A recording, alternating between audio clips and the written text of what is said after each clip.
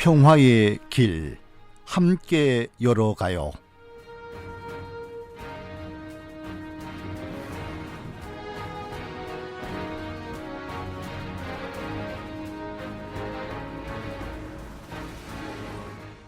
한국전쟁 발발 70년을 맞아 매주 월요일 이 시간에는 전쟁의 상처가 이 시대에 어떤 아픔으로 남아있는지 살펴보고 이 땅에 진정한 평화를 이루기 위한 우리의 사명은 무엇인지 생각하는 특집 기획을 마련합니다.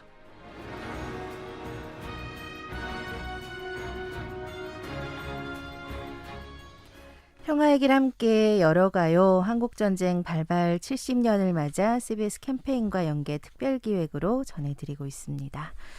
오늘은 하나님의 평화가 우리 삶과 교회 기본임을 강조하면서 이 땅에 하나님의 평화, 생명, 정의의 가치를 실현하기 위한 다양한 사역을 펼치고 계신 평화교회 연구소장 황인근 목사님을 모시고 자세한 얘기를 나눠보겠습니다. 어서 오세요, 목사님. 네, 반갑습니다. 예, 우리 청취자들께 인사 좀 멀리서 오셨으니까 인사 네. 좀 전해주세요. 네, 안녕하세요. 저는 평화교회 연구소 소장으로 일하고 있는 황인근 목사입니다. 또 이렇게 귀한 자리에 불러주셔서 또 감사드리고요. 또 오늘 또 복된 시간 잘 나누었으면 좋겠습니다. 어서 오세요. 네. 네, 목사님 먼저 사역하시는 평화교회 연구소 소개를 좀 듣겠는데요. 부탁드립니다. 평화교회 연구소는 2014년 이제 3월에 이제 설립되었는데요. 연구소를 이제 주관적으로 좀 주도적으로 세웠던 것이 고난받는 이들과 함께하는 모임이라고 하는 기독교 인권단체입니다. 그래서 25주년을 맞이하면서 이제 어떻게 교회가 사회와 좀 다시 한번 더 소통하고 교회 안의 평화의 이야기들, 특별히 교회가 가장 중심으로 삼는 평화를 우리 신앙 고백으로 잘 표현할 수 있을지, 삶에서 드러낼 수 있을지를 고민하면서 세운 단체이고요. 올해로 꼭 6년째가 되고 있습니다. 네. 그러면 같이 활동하시는 분들은 목회자분들이신가요?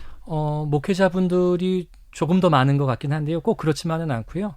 목회자분들과 일반 평신도분들이 함께 같이 좀 후원해 주시고 뜻을 모아 주시고 계시고요.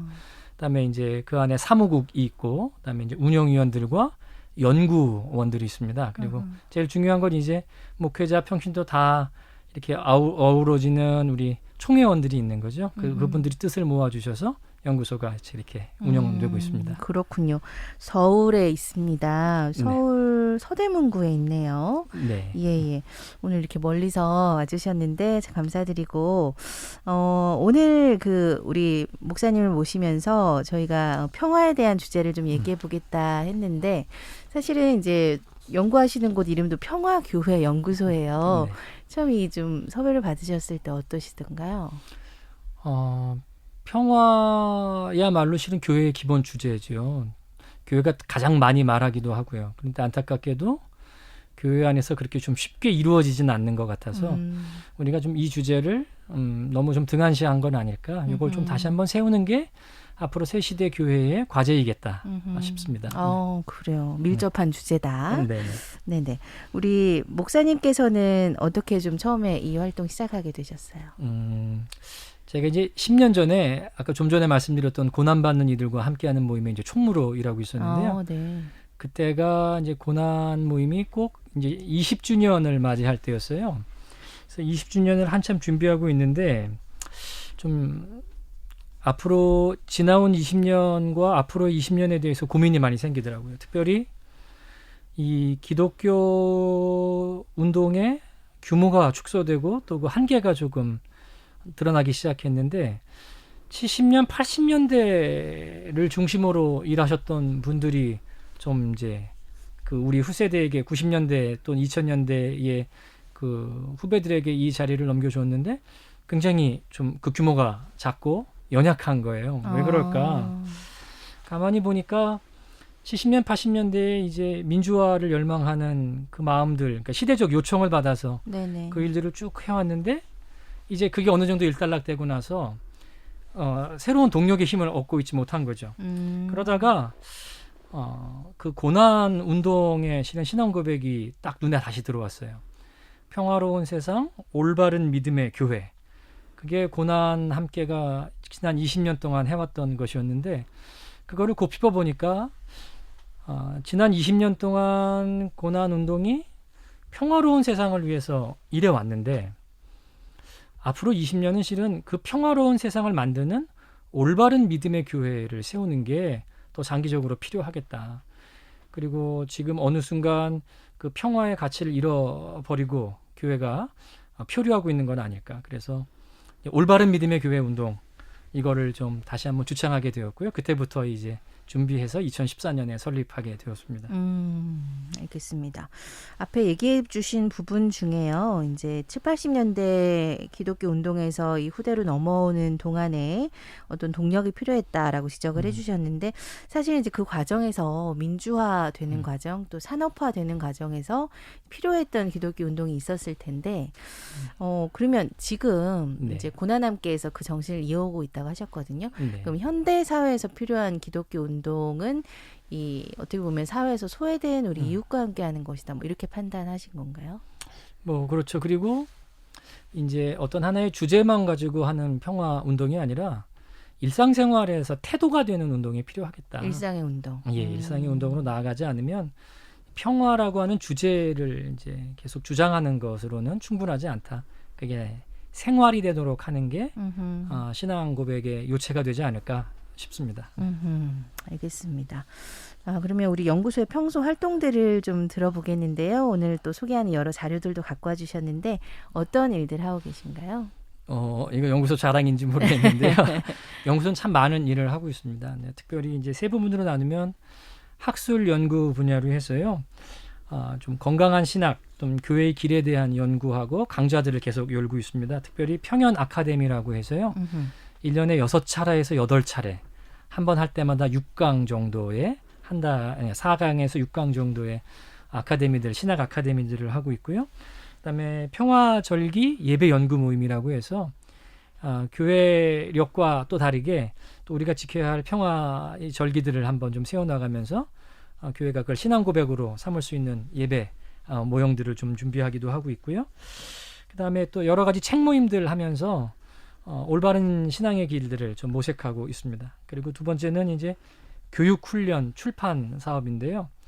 연구소가 이제 작은 또 도서 출판을 하나 갖고 있습니다. 네. 거기서 이제 여러 가지 책들을 지금 출판하고 있는데 특별히 여성의 눈으로 읽는 성서라고 하는 주제를 가지고 해서 재작년부터 사순절 묵상집 그래서 이제 이 여인을 보라 그래서 40인의 성서에 나오는 여성을 주인공으로 해서 묵상을 좀 하고 있고요. 그다음에 또 별을 따라가는 여성들이라고 해서 또 성탄절을 준비하면서 25인의 또 성서 속 나오는 여인들을 주제로 해서 또 묵상집을 내고 있고요.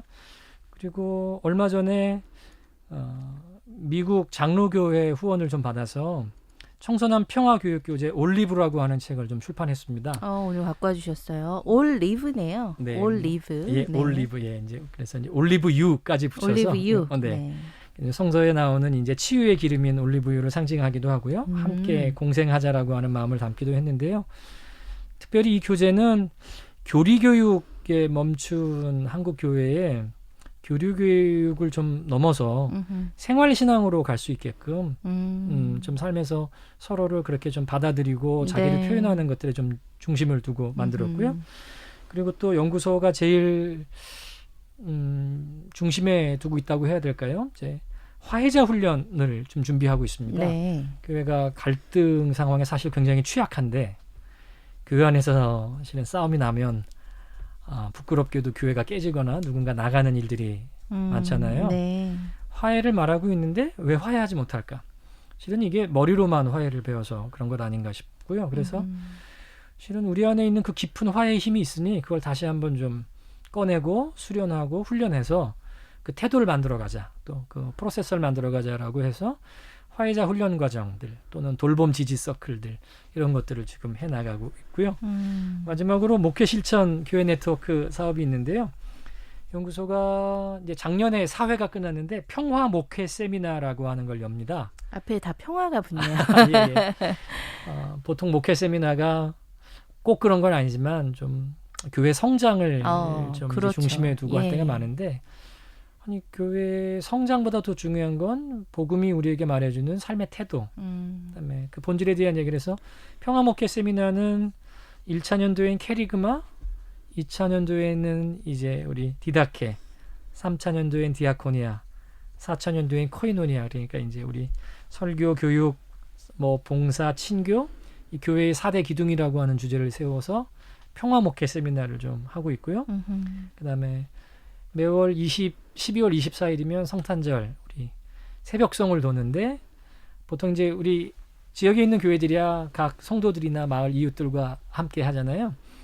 연구소는 이제 우리 한국 사회에서 좀 소외된 사람들, 지금 어려움에 처한 이들, 뭐 해고 노동자들이라든지 거리로 내몰린 사람들 그 현장에 찾아가서 하고 있죠. 그래서 작년에도 한 50여 명 정도가 한 6, 7시간에 걸쳐서 그 현장들을 돌아가면서 또 새벽성을 돌기도 하고요. 그렇게 좀 연대의 길도 모색하고 있습니다.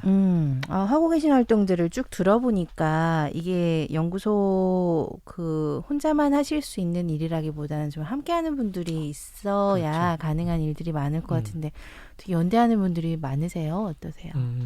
그러니까 평화교회 연구소의 기본은 뭐 연구소의 사무국이 연구소라고 생각하지 않아요. 이미 그 길을 걷고 있는 많은 사람들의 어떤 그 뜻을 모아주고 그것들을 그 자리를 열어주고 하거든요. 그래서 지금 뭐 한 20개 정도 교회와 또 한 4, 50명 정도의 또 개인 후원들이 함께 해주시고 계시고요. 그 외에 한 20명 정도의 연구위원들 또 여러분들이 또 익명으로도 계속 해주시고 강좌를 열면 또 같이 참석해서 나누기도 하고요. 그래요? 많은 분들이 함께 해주고 계십니다. 알겠습니다. 이게 사실은 지역에도 이런 이 같은 어떤 고난과 함께하는 뭐 기도회라든지 모임이라든지 이런 것이 많이 열리고 있는데 이 늘상 고민하시는 부분이 그런 거거든요. 이제 함께 해주시는 분들이 많을 때 더 힘이 나고 더 많은 분들께 영향을 미칠 수 있다 이런 부분이 항상 고민인데 우리 그렇죠. 평화교회 연구소는 그래도 그런 면에서 또 순항하고 있다. 봐도 될까요? 예, 전망이 그래도 밝은 것 같습니다. 네. 이제 뭐 큰 단체 하나의 모임은 아니겠지만 여럿이 함께 조금씩 같이 가는 것 같아서 이게 앞으로의 또 길이 아닐까 싶기도 하고요. 주신 말씀 중에 몇 가지는 좀 여쭤봤으면 좋겠는데요. 그 연구 모임 중에 교회에서 일상적으로 지키는 절기 말고 평화의 절기를 연구하고 지키는 그런 활동을 하신다고 하셨는데 구체적으로 어떤 것들이 있을까요? 작년 8월에 이제 위안부 기림 예배가 있었어요. 이제 8월 15일은 광복이기도 하지만 또 그 광복이라고 하는 게 일반 기본 전제는 우리 일제 치하에서 겪었던 어려움들이죠. 특별히 전쟁 피해 여생들이었던 우리 위안부 할머니들. 좀 이런 것들이 실은 우리가 그냥 굉장히 중요한 역사적 주제라고 생각하지만 신앙 안에서는 또 이걸 잘 다루지 못했거든요. 우리가 이런 전쟁 피해 여성들에 대해서 좀 다시 한번 기억하고 우리가 가야 할 길을 좀 다시금 세워야 되지 않을까. 그래서 그런 기림 예배를 준비했고요. 예. 또 올해는 전태일 열사 또 50주년이기도 하죠. 그래서 실은 한국 사회를 든든히 세웠던 희생들이기도 한데 이걸 그냥 지나가지 말고 교회가 또 전태일 열사가 그 아주 독실한 신앙인이기도 했고요. 또 우리가 이런 것들을 어떻게 신앙의 또 그 길로 받아들일 수 있을까? 지금 이것도 또 준비하고 있는 중입니다. 알겠습니다. 그리고 이제 목회 실천 네트워크로 평화 교회 세미나 이런 걸 좀 열고 계시다고 하는데 사실은 이제 교회 성장이나 어떤 육성 이런 부분은 목회자들이 많이 또 관심 갖고 어떻게 보면 갈급한 주제잖아요. 그렇죠. 이런 세미나가 좀 열리면 좀 참여자분들은 어떤 분들이세요? 대부분 아마 중소형 교회 목회자들이거나 또는 이제 목회를 지금 시작하는 초년생들일 때가 좀 많죠. 근데 분명한 꼭 그런 것만은 아닙니다. 조금 이 성장이라고 하는 것만 중요하게 생각하지 않는 그런 분들, 실은 교회의 본질에 대해서 계속 고민하는 분들, 어떻게 또 그리고 작은 교회가 뭐든지 이제 큰 걸 중심으로 중요하게 여기는 이 세상 속에서 작은 교회가 어떻게 일할 수 있을까를 고민하는 분들이 주로 오시게 되고요. 그래서 1회부터 4회까지 했는데 아마 인원은 거의 한 20여 분 정도 또 꾸준하고 또 여전히 그분들이 계속 세미나를 또 요구하고 계시기도 하고요. 네네. 네. 또 듣고 싶다 이런 요구가 네네, 있는 그렇죠. 거네요. 제가 우리 소장님을 모시기 전에 조금 찾아봤더니 연구소의 창립 선언문이 있으시더라고요. 네네. 적극적 평화가 무언지를 끊임없이 연구하고 고민해서 교회뿐 아니라 세상으로 확장되게 노력하겠다. 근데 이 적극적 평화의 목적은 이 땅에 하나님 나라를 이루는 것이다. 이렇게 정말 좋은 말씀을 써주셨더라고요. 네.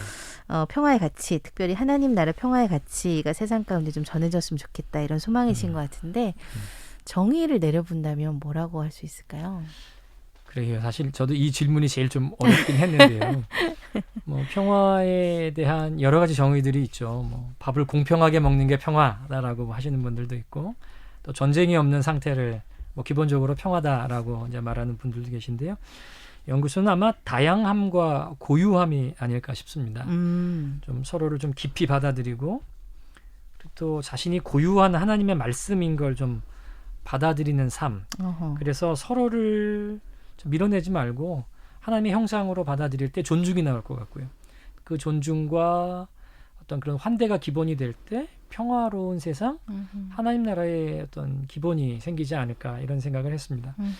교회 안에 평화라는 말이 실은 많은데 네. 왜 교회가 평화롭지 않을까? 뭐 물론 평화로운 교회도 있으나 그렇지 않은 교회들도 많이 있는데 아마 우리가 이 서로의 다양함들을 조금 인정하지 못하거나 또는 자신의 고유함마저도 세상 가치에 따라서 자꾸만 잊어버리는 것 같아요. 그래서 평화가 거창한 구호로서 말고요. 자신의 고유함과 또 상대의 그 다양함들을 서로 받아들이는 가운데 어우러지는 것.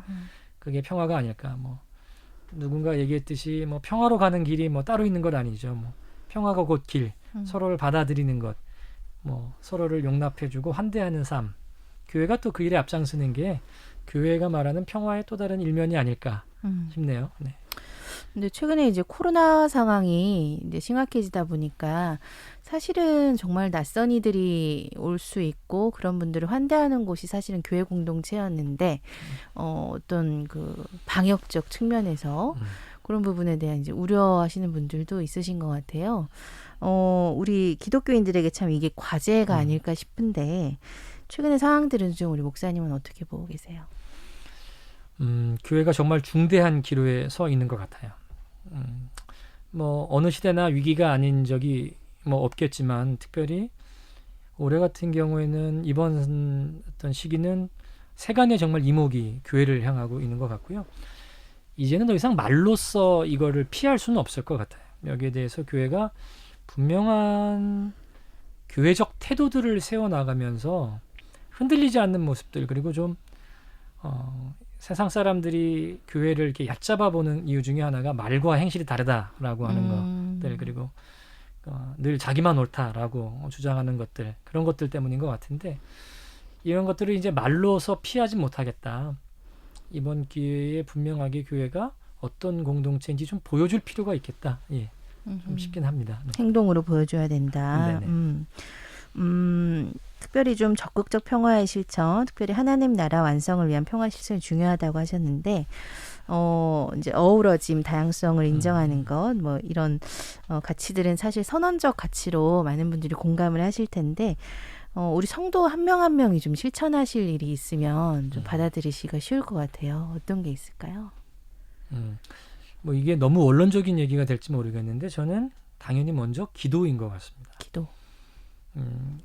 사실 교회가 수련 종교죠. 자기를 깊이 하나님 앞에 열어놓고 연단하고 자신의 삶을 어떤 성령의 이끄심 따라 나아가는 그런 수련이 있어야 되는데 지금 어느 순간 우리가 말하는 기도가 욕망을 나열하는 것처럼 오해되고 있는 것 같아요. 그러다 보니 우리가 어떤 사회에 대해서 책임 있는 태도를 보이지 못하고 있고 네. 자기 자신마저 기만하게 될 때가 있는 거죠. 지금 먼저 사실 이 상황 속에서는 다른 행동보다 먼저 깊은 기도가 필요하겠다. 그래서 자기와 또 교회와 이웃을 제대로 좀 돌아보고 자기가 어떤 길을 가야 되는지 다시 한번 점검할 때인 것 같고요. 그리고 그 기도 속에서 교회가 할 첫 번째는 환대가 아닐까 저는 싶습니다. 교회 하면은 이제 사람들이 배타적이라고 하는 이미지를 가장 먼저 떠올리는 것 같아요. 지금 그렇지 않아도 교회가 한참 교회들이 총회가 막 열리고 있는데 좀 안타까운 건 약자들, 소수자들에 대한 이야기가 없고 그리고 세상 사람들이 실망하는 부분들이 다른 건 아닌 것 같아요. 바로 교회가 너무 막혀 있고 닫혀 있다라고 하는 거죠. 우리가 기도를 통한 어떤 다시 우리 기반에 있는 환대의 정신들을 세워나가고 좀 서로를 이렇게 심판자가 아니라 친구로 받아들이는 삶, 이런 것들이 지금 절실하지 않은가 싶네요.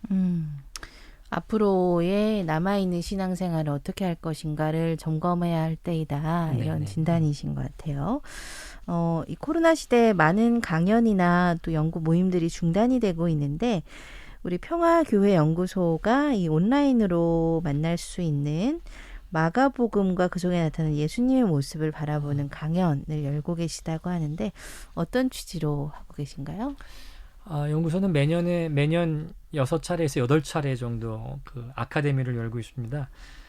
특별히 작년에 이제 우리 이 마가복음 강연을 지금 하고 계신 정혜진 박사님하고 그 성서 속 여성들의 저항인 애도에 대해서 한번 좀 같이 나눈 적이 있었는데요.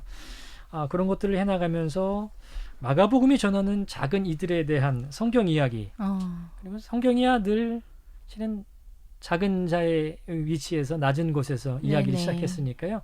그 이야기를 다시 한번 좀 점검했으면 좋겠다. 다시 한번 들여다봤으면 좋겠다 해서 열게 됐습니다. 지금 코로나로 많은 분들 어려운 이때에 좀 꼭 어떤 필요한 이유가 있을까요? 어떻게 보세요? 이게 처음에는 뭐 코로나를 상정하고 했던 것들은 아니고요. 그러나 이제 하나님의 음성은 결국 삶의 가장 절실한 자리에서 들을 수 있는 거고 말할 수 있는 게 아닐까. 코로나하고 마가복음의 배경이야 서로 다르겠지만 절실한 이때에 하나님이 어디서 이야기하시고 어떻게 이야기하실까? 이렇게 같이 좀 연결해서 들을 수 있지 않을까요? 10월까지 열리나요? 일정을 좀 소개해 주시겠어요? 지금 저희가 총 5강에 걸쳐서 네네. 될 테니까 10월 22일까지가 10월 22일까지. 예. 저희가 매주 목요일 날 하고 네네. 있습니다. 네. 온라인을 통해 이제 만날 수 있는 거죠. 예, 온라인을 예. 통해서. 예. 이거 뭐 놓치면 그 홈페이지에서 볼 수 있습니까, 목사님? 현재는 아마 이 강의가 이제 실시간 저희가 강의다 보니까 이 강의가 끝나고 나면 그 뒤에 조금 시간이 지난 다음에 녹화된 공개가? 거는 아마 공개되지 않을까 싶네요. 알겠습니다.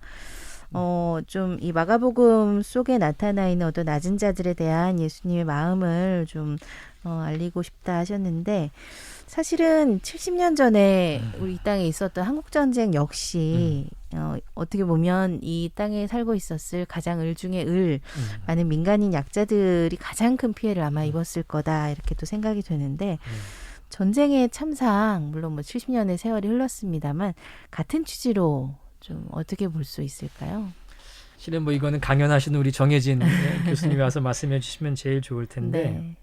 전쟁은 사실 아주 참혹한 일이죠. 그 전쟁을 우리가 어떻게 좀 이해해야 될까가 제일 먼저 급선무인 것 같아요.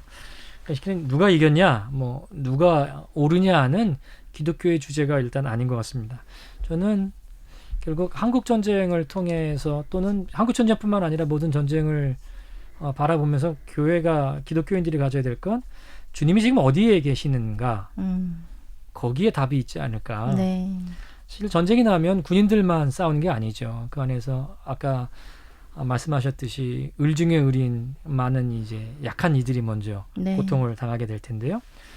그때 그러니 우리는 주님이 어디에서 지금 누구와 함께 계실까에 대한 좀 질문을 가져야 되겠고, 그리고 결국 성서가 우리에게 말하는 건 주님이 계시는 자리에 너도 가고 주님이 하시는 얘기에 너도 귀 기울여 듣고 또 주님의 이야기를 대변하게끔 하는 것. 네.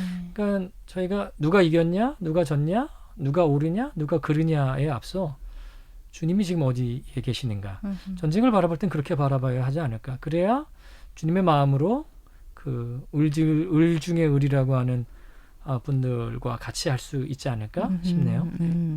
그 많은 우리 민간인 희생자들 또 많은 여성들 어린 이들이 이로 인해서 피해를 많이 당했는데 온전히 치유받은 사람은 사실은 70년이 지났는데도 없을 겁니다. 네. 많은 분들이 아픔 속에서 지금도 살고 계신데 특별히 우리 기독교인들이 평화의 가치를 중시하는 사람들이니까 이 땅의 아픔을 좀 치유하기 위해서 해야 될 일들, 역할들이 있다면 어떤 게 있다고 생각하세요? 그러게요. 함석헌 선생님이 이제 저희한테 통일이 한국교회 숙제라고 말해주셨던 것 같아요. 그러니까 한국 전쟁 어떤 이 분단은 어쨌건 그 전에 전쟁이라는 걸 전제로 하고 있으니까요. 그러니까 이런 일들의 앞에서 우리가 어떤 태도로 나아가야 될까? 일단은 저는 좀 통념에 기대지 말고 신앙에 기대해서 생각했으면 좋겠어요. 한국 전쟁 같은 경우가 특히 그런 것 같은데 너무 이제 오래전부터 답습되어 왔던 반공이라든지 뭐 어떤 증오나 이런 것들로 바라보다 보니까 신앙인들마저 그 어려움에 대해서 그냥 통념을 가지고 판단할 때가 많은데요. 주님께서 어떻게 하셨나? 사실 주님은 원수마저도 사랑하라고 하셨죠. 그러니 사실 우리가 태해야 될 태도를 좀 먼저 좀 잡는 거 굉장히 중요하겠다. 그리고 뭐 이게 예가 될지 모르겠는데 제가 목회하는 교회는 매주일 공예배 때 기도에는 통일에 대한 주제가 꼭 들어갑니다. 아, 그래요? 예, 그러니까 교회가 통일이나 평화 이걸 마치 사회가 하는 일이라고 생각하는데 그렇지 않죠. 네네. 교회야말로 분단된 이 나라의 화해를 위해 일해야 되는 것이고 그러니까 교회의 기도 제목으로 늘 세웠어요. 그래서 기도의 꼭 한 주제는 한반도의 통일, 평화. 그래서 이게 신앙 고백의 한 축이 될 수 있도록 좀 준비하고 있는데 이런 훈련들이 아닐까 싶습니다. 이런 주제 기도를 하실 때 우리 성도님들 많이 공감을 좀 하시나요? 어떠세요? 실은 이건 저보다 저 먼저 있던 전임 목사님들께서도 계속 하셨던 네. 일인데요.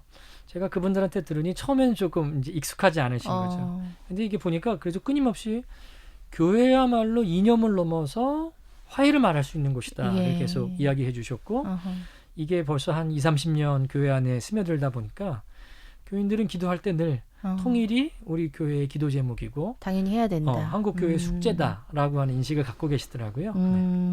그렇군요. 우리 문수산성 교회를 섬기고 계시다고 하십니다. 예. 예.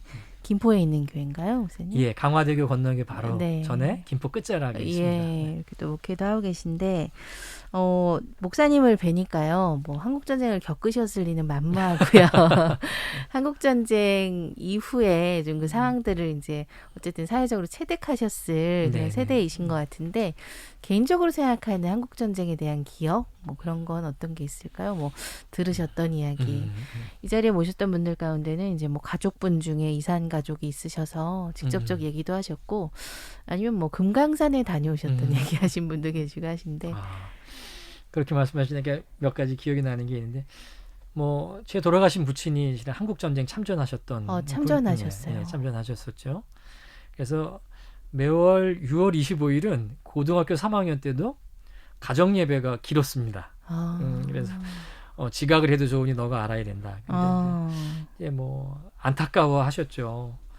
어쨌건 통일되어야 한다는 말들을 늘 하시긴 하셨는데 아까 제가 말씀드렸듯이 성서적인 바탕에서의 통일보다는 이제 당위로서 또는 사회적 통념에 기댔던 통일이기도 했었고 그래도 중요했던 건 그걸 경험하셨던 분이 정말 안타까운 일이다. 빨리 통일되어야 한다고 하셨던 그것들이 기억나고요. 한 번은 한 13, 14년 전쯤에 제가 개성에 한번 다녀올 일이 있었는데요. 개성공단에. 저는 그렇게 가까울 줄 몰랐어요. 남북 출입국 관리 사무소를 통해서 한 정말 버스 타고 관리소 지나서 한 2, 30분 가니까 이북 땅이 나오는데 정말 그 동네 가듯이 갈 수가 예, 동네 있네요. 가듯이 갔고 거기서 이제 실은 TV나 뭐 사진을만 보던 젊은 인민군 친구들 이렇게 보는데 정말 마음이 좀 한 곳에 좀 찡했죠. 야, 이렇게 우리가 가까운 데 나누어져 있구나. 통일은 실은 먼 얘기가 아니고 가장 가까운 이야기가 되겠다 싶었던 기억이 납니다.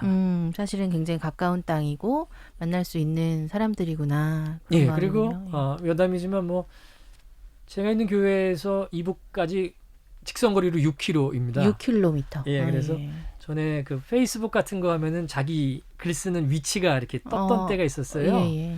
제가 자꾸 개성시 까치골이라고 뜨더라고요. 그래서 친구들이 한참 너 이북 넘어갔냐 왜 거기 있냐 했던 거 기억이 나네요. 굉장히 가까운 위치니까 그렇게 되는군요. 예, 뭐 6km 저희 바로 앞에가 민통선이니까. 그래요. 예, 문수산 올라가면 바로 이북 땅이 보이기도 하고요. 정말 가깝죠. 예, 좀 남다른 마음이실 것 같아요. 예, 목사님. 남다른 마음이. 늘 또 볼 수 있고. 네네. 네, 특별히 좀 우리 평화교회 연구소가 이 이름도 평화가 참 들어가잖아요. 네. 특별히 이 땅의 평화적인 통일, 또 한반도의 평화 정착을 위해서 기도하시는 일들, 또 오늘 뭐 여러 책도 소개해 주시고 하는 활동들도 좀 알려주셨는데 특별한 어떤 활동들이 있으셨는지 좀 소개해 주십시오. 연구소의 일보다는 좀 연구소가 처음 태동하게 되었던 아마 고난 함께의 일을 소개하는 게 조금 더 나을 네. 것 같은데요. 고난받는 이들과 함께하는 모임이 이제 30년 전에 우리 처음으로 이제 비전향 장기수들을 소개하기도 했습니다. 네. 그분들을 보호하기도 하고 함께하기도 하고 실은 뭐 어떤 사상적이나 이념적인 것들에 대한 이야기가 아니었어요. 이미 그분들이야 비전향 장기수들이야 한국 사회에서 낙인이 찍혔던 분들이고 고난 함께는 그리스도의 사랑은 넘지 못할 것이 없다. 이념 대립으로는 통일이 이루어지지 않거든요. 어느 하나가 어느 하나를 지배하는 건 통일이 아니죠. 지배가 되겠죠. 그때 고난은 누구든지 하나님의 형상이고 이 허리 잘린 한반도가 십자가고 우리는 그 안에서 그리스도의 마음으로 그냥 보듬을 수 있고 연대할 수 있어야 한다 해서 그 일을 지금 30년째 하고 있고 그래서 뭐 지금 북으로 송환되신 분들도 계시지만 남아 계신 또 장기수 분들이 여전히 또 우리 고난과 깊은 관계를 갖고 계신데 그분들 중에는 신앙을 가지신 분들도 계셔요. 실은 그리고 기독교에 대해서 이런 곳이 교회라면 나도 생각을 달리한다 하시는 네네. 분들도 계시고요. 또 연구소는 청소년 평화 교육 교재 올리브유에서 이야기하는 것처럼 평화라고 하는 게 이렇게 무슨 머리로 이렇게 머릿속에서만 나오는 또는 말로만 하는 이야기가 아니다. 네. 어떻게 서로를 받아들일 수 있는지 또 자기를 열 수 있는지 이것들을 조금 더 구체적으로 소개하고 있고 이것들을 좀 널리 보급하는 일에 좀 힘쓰고 있습니다. 그리고 마지막으로 통일하고는 다르지만 아까 말씀드렸듯이 성탄절 새벽송들을 돌면서 이 땅에 여전히 어려움에 처하고 우리가 화해가 필요한 곳이라면 가서 같이 노래하고 기도하는 일들이 필요하겠다 해서 그 일들을 하고 있고요. 오늘 나와주신 황인근 목사님께서는 1대 운영위원장으로 일을 시작하시고 지금은 2대 소장직을 맡고 계신데 이건 뭐 이제 상상해보는 겁니다. 그래서 네. 평화 통일이 좀 앞당겨져서 이제 정말 어떤 북한에 있는 교회 또는 북한에 있는 그리스도인들하고 만나고 어떤 이런 일련의 활동들을 하셔야 되는 상황이다. 네. 하면 좀 어떤 일을 할 수 있을까요? 우리 평화교회 연구소가 뭐 하셨던 활동 중에 좀 적합하겠다 하는 것들 뭐 그런 거 있으세요? 아마 제일 먼저가 화해자 훈련이 아닐까 화해자 싶습니다.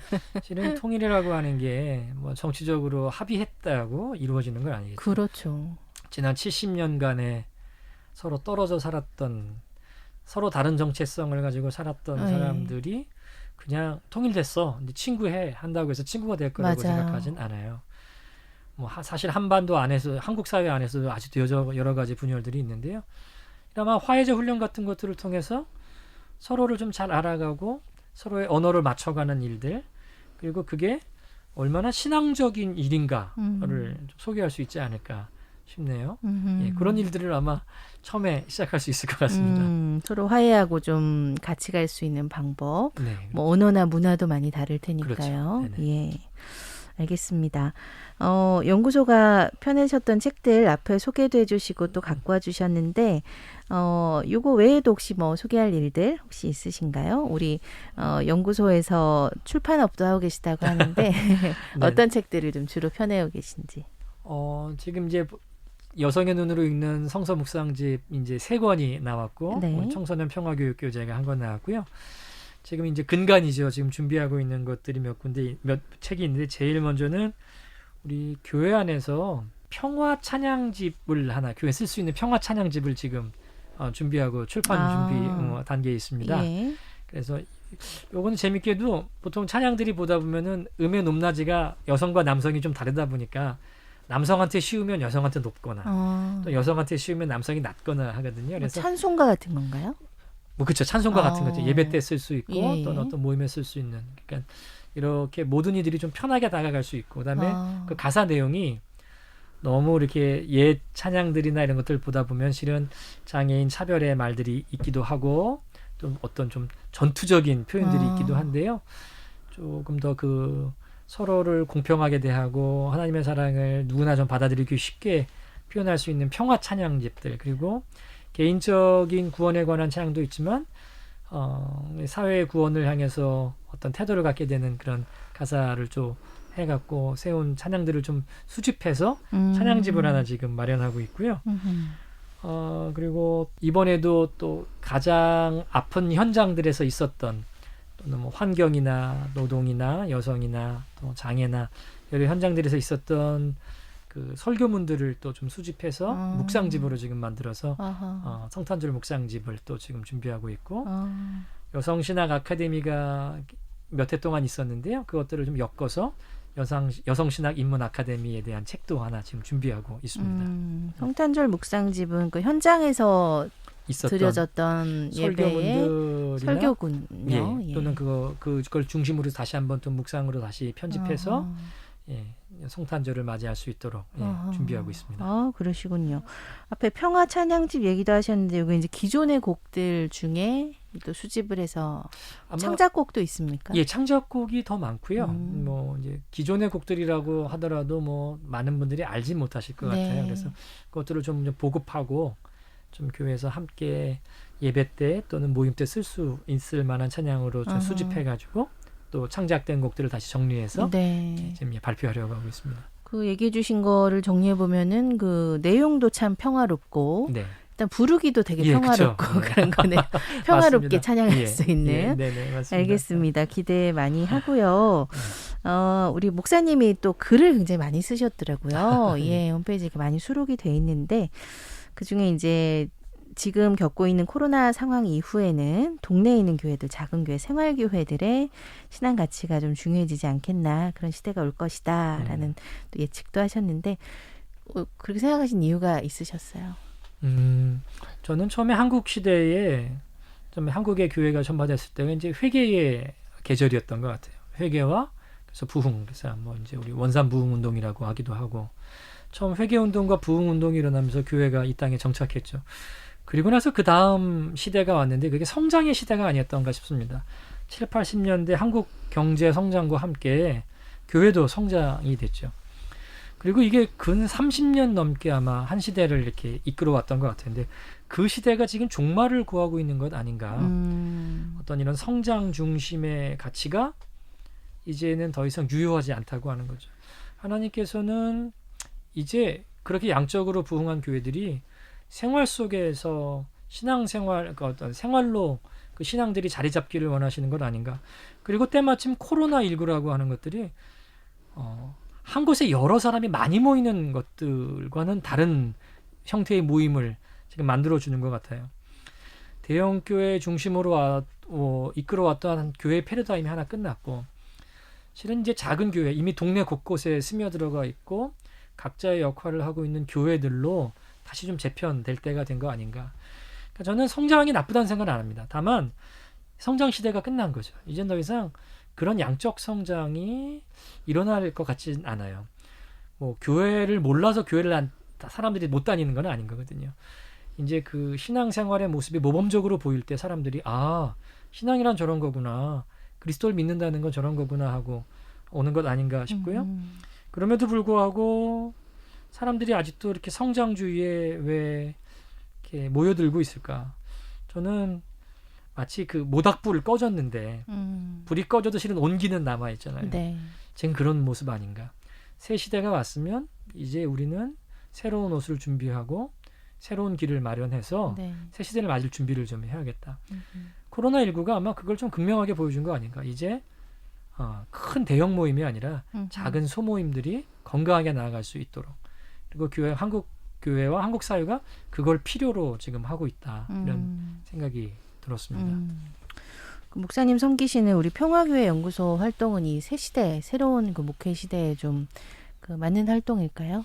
네, 연구소는 계속 그 일들을 준비하고 있죠. 네. 작은 교회라고 해서 주눅들 필요 없고 큰 교회라고 해서 우쭐할 것도 없습니다. 교회는 다 똑같죠. 다만 이제 평화교회 연구소는 이미 그 길들을 걸어갔던 교회들을 지금 발굴해내고 있어요. 새로운 교회의 모습들, 또 어떤 그런 평화적인 가치들 갖고 있는 교회들을 발굴해내고 연대해가고 새로운 시대에 맞는 교회의 자료들을 또 만들어내고 연대해서 그 길을 열어가고 있는 게 우리 사역 아닌가 싶습니다. 알겠습니다. 오늘 이렇게 서울에서 와주셨어요. 연구소 위치한 곳이 서울인데 지역에 있는 어떤 로컬 처치 또 신앙 공동체들도 나름의 활동을 많이 하고 있습니다. 우리 좀 평화교회 연구소가 같이 함께 또는 뭐 활동 영역을 넓히셔서 하실 생각 이런 계획이나 혹시 있으신가요?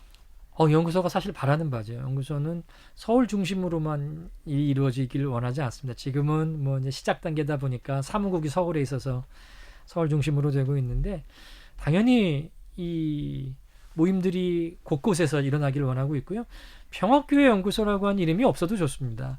실은 이미 그 길들을 걸어가고 계신 분들이 계시니 그것들이 잘 이루어질 수 있도록 연구소는 더 많은 자료들을 좀 나누어 드리고 더 많은 또 교회 어깨동무가 필요하죠. 그래서 하나님 나라 운동이라고 하는 거에 뭐 누가 특별히 더 많은 역할을 한다는 생각은 없습니다. 연구소는 다만 문열이의 역할들이면 충분하다고 생각하고요.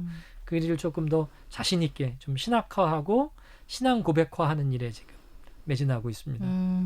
알겠습니다. 지금 드리는 질문은 이제 공통 질문인데요. 오늘 평화의 길 함께 열어가요로 평화교회 연구소 황인근 소장님을 만나고 있는데 우리 소장님, 특별히 평화교회 연구소를 이끄시는 입장에서 이 진정한 평화는 무엇인가요?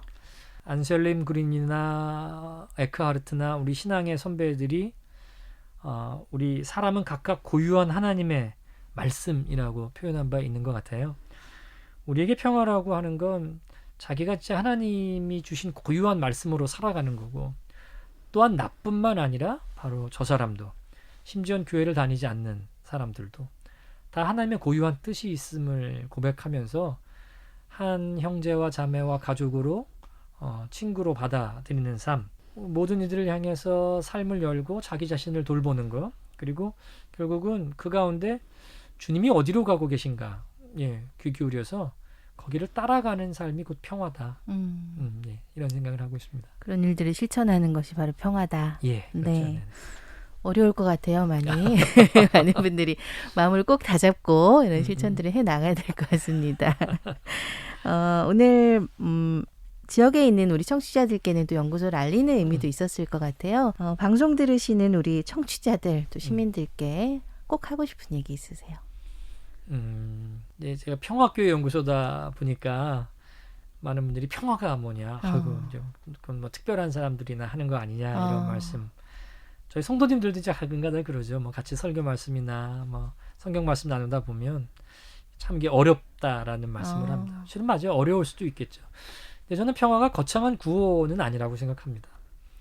아까 말씀드린 대로 하나님이 주신 삶에 대해서 귀 기울여 살다 보면 세상이 자꾸만 우리를 흔들게 하는 그런 자본주의적 가치관을 당연히 이렇게 거부할 수 있겠고 다른 누구보다 앞서거나 우월해지는 것 말고 함께 어울리면서 누군가에게 친구가 되어주는 삶이면 그게 평화의 일꾼이 아닐까. 그리고 주님께서 평화를 이루는 사람 복이 있다. 그 사람이 바로 하나님의 자녀다라고 말씀하셨는데 그러니까 하나님의 자녀가 되는 건 뭐 특별히 어디를 뭐 더 열심히 하고 높은 자리에 앉고 누구보다 뭐 대단해지는 것 아닌 것 같고요. 자신의 주신 삶에 대해서 충실하고 또 그 마음으로 다른 사람들도 바라볼 때 그냥 바로 그 자리에서 평화의 일꾼으로 살아갈 수 있지 않을까 생각합니다. 우리 평화교회 연구소 이메일 또 홈페이지가 피스철치네요. 네, 피스철치. 정말 이 부제처럼 한국교회의 새로운 상상력이라고 하셨는데 정말 한국교회의 미래를 위해서 또 일들을 하고 계신 것 같습니다. 특별히 좀 오늘 소개하신 일들 좀 막힘없이 잘 추진되시기를 바라고 감사합니다. 특별히 평화를 위해 일하는 또 이 중차대한 일에 쓰임받아 주시기를 간절히 또 바라겠습니다. 감사합니다. 오늘 멀리까지 와주셔서 감사합니다. 네, 감사합니다.